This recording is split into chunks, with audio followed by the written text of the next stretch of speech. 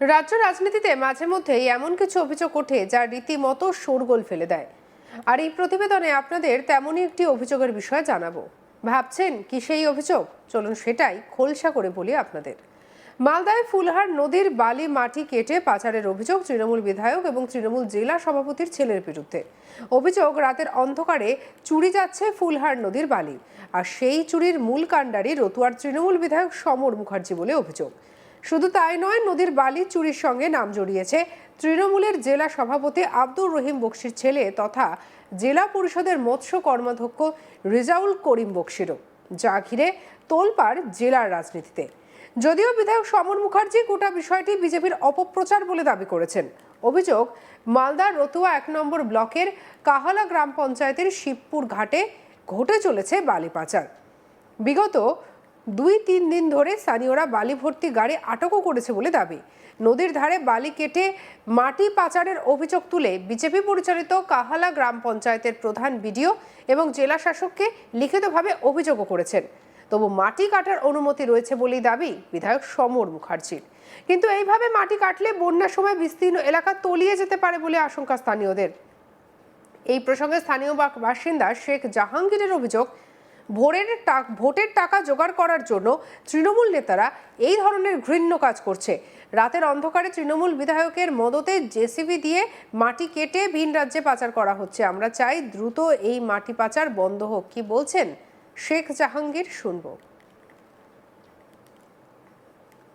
বিধায়ক আবার টিএমসির সব নেতারা সব মিলে মাটি কেটে চুরি করে বিক্রি করছে। আমরা কালকে আসলাম, আইসি সাহেবকেও জানালাম, আবার বিডিও সাহেবকে ফোন করলাম। ও বলছে বেলারোর কাছে যান।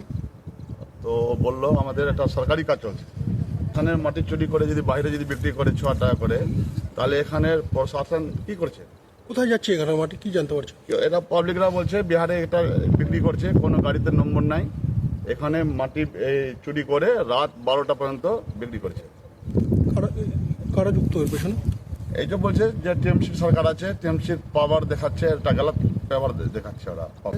তো হয়তো টাকার কমই পড়ে গেছে, তো এটা পাওয়ার ইস্তেমাল করছে গলত হিসাবে। এটা হয়তো ভোটের জন্য টাকা ইস্তেমাল করছে, টাকা কামাই হয়ে যাবে তো এটা ভোটে খরচা করবে। মাটি চুরি করে বিক্রি করে যদি বাঁধটা ভাঙন হোক, তো এটা দায়িত্বটা কে দিবে? আমাদের বিডিও সাহেব দিবে না এটা আইসি সাহেব দিবে না এটা বেলোরও দিবে? এখানে টিএমসির নেতারা যদি নিজের গলত ব্যবহার করে পাওয়ারটা, এটা দায়িত্বটা কে হবে? ওটা লিখতি দিয়ে দিবে, তারপরে মাটি কাটা হবে। স্থানীয় বাসিন্দা লাল মোহাম্মদের অভিযোগ, বিধায়ক সহ তৃণমূল নেতারা মাটি পাচার করতে সাহায্য করছে। নদী তীরবর্তী এলাকায় মাটি এভাবে পাচার হলে নদী ভাঙনে আমরা সবাই তলিয়ে যাব। কি বলছেন লাল মোহাম্মদ, শুনবো।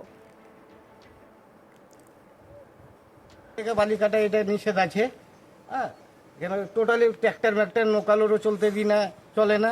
এবারে হুট করে ওরা বাইরে থেকে আসে, এখানে জড়িত আছে কে, রাজু না কি লালটু চৌধুরী আছে, বাবু বক্সি, সমর মুখার্জির কাছে আমরা গেছি। তো বলছে বাপরে এক টুকরি মাটি কাটতে গেলে বুকে ব্যথা হয়। তো আজকে হাজার হাজার টলি এবারকার চলে যাচ্ছে বাহিরে, এটাকে রুকাচ্ছে না। এবারকার এর আগে মানে হচ্ছে গাড়ি ধরছি, পুলিশ আসছে, নিয়ে চলে যাচ্ছে, ফের ছেড়ে দিচ্ছে, ফের এসে নিয়ে যাচ্ছে।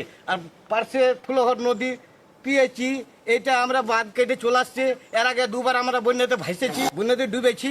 জানেন এই মাটিটা তাড়াতাড়ি বন্ধ হয়, জানে যেভাবে ব্যবস্থা হবে এভাবে মাটি কাটলে কি বাঁধ আমাদের থাকবে না, কাহালা অঞ্চলই থাকবে না, কোথায় যাবে কোনো দিশা নাই। গাড়িতে তো দেখা যাচ্ছে কি পিডব্লিউডি কাজের জন্য এটা কাটা হচ্ছে। তো আমাদের বাদ যে হলে আমরা যে থাকতে পাবো না, আমরা কোথায় যাব? আমরা আগে সরকার জায়গা দেখ, তাহলে কাটুক, আপনার কেটে চলে আসুক, আমাদের আপত্তি নেই। আজকে কি গাড়ি আটকে দিয়েছেন? হ্যাঁ, আমরা গাড়ি আটকে রেখেছি। কি দাবি রাখছেন আপনারা? আমাদের দাবি একটাই, কি এখানে মাটি কাটা হবে না, অন্য জায়গাতে কাটুক, আমাদের আপত্তি নাই।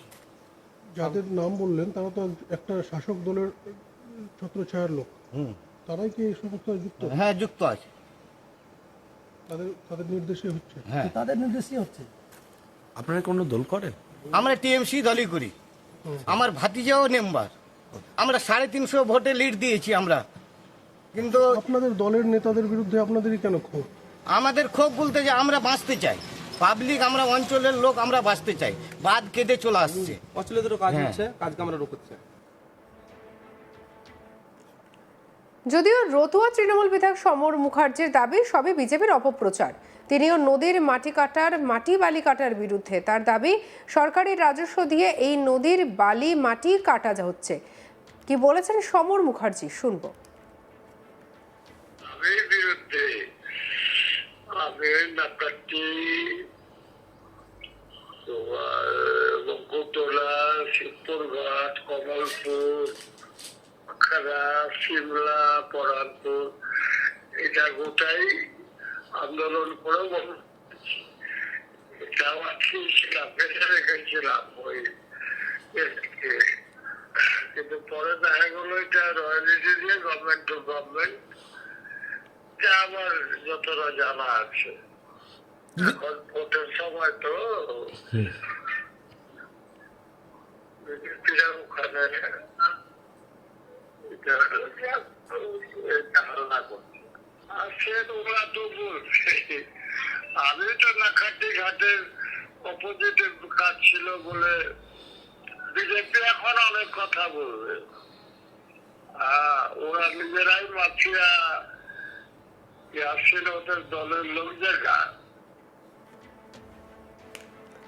এদিকে বিধানসভা নির্বাচনের আগে নদীর বালি চুরির অভিযোগের ঘটনায় রতুয়া বিধায়ক সহ তৃণমূলের জেলা সভাপতির ছেলের নাম জড়ানোয় রাজ্যের শাসক দলের সমালোচনায় সরব হয়েছে বিজেপি। কি বলছেন অম্লান ভাদুরী বিজেপি নেতা, শুনবো। এখন তো রাজ্য সরকারের চাকরি দেওয়ার কোনো স্কোপ নেই। চাকরি বিক্রি করে আর তৃণমূলের নেতাদের টাকা পাওয়া হচ্ছে না।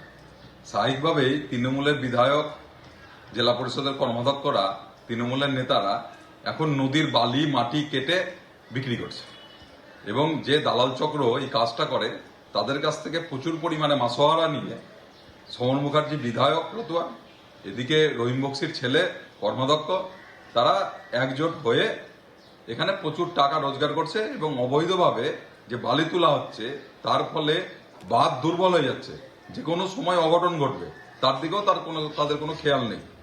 এবং রাজ্য সরকার প্রতিবারই এখন এই শুকা মরশুমে বাঁধের কাজ করে না, আবার যখন জল বাড়বে তখন আবার বালি বস্তা ফেরে সেখান থেকেও টাকা রোজগার করবে। এই প্রক্রিয়া পশ্চিমবঙ্গ ধরে চলছে। পশ্চিমবঙ্গের সাধারণ মানুষ বারে বারে হয়রানি হচ্ছে, বাড়িঘর ছাড়া হচ্ছে। এই ঘটনাকে কেন্দ্র করে রীতিমতো উত্তাপ ছড়িয়েছে মালদার রতুয়ায়। ইতিমধ্যেই বালি চুরির অভিযোগ সামনে এসেছে। রাজ্য রাজনীতিতে মাঝে মধ্যে এমন কিছু অভিযোগ ওঠে যা রীতিমতো শোরগোল ফেলে দেয়। আর এই প্রতিবেদনে আপনাদের তেমনই অভিযোগের বিষয়ে জানাচ্ছি। অভিযোগ, রাতের অন্ধকারে চুরি হয়ে যাচ্ছে ফুলহার নদীর বালি, আর সেই মাটি এবং বালি চুরি করে পৌঁছে যাচ্ছে একাধিক জায়গায়, এমনটাই অভিযোগ। আর তাতে নাম জড়িয়েছে তৃণমূলের জেলা সভাপতি আব্দুর রহিম বক্সির ছেলে তথা জেলা পরিষদের মৎস্য কর্মাধ্যক্ষ রিয়াজুল করিম বক্সির। সঙ্গে রাখুন আজ তাক বাংলাকে। অন্যান্য খবরের জন্য সাবস্ক্রাইব করুন।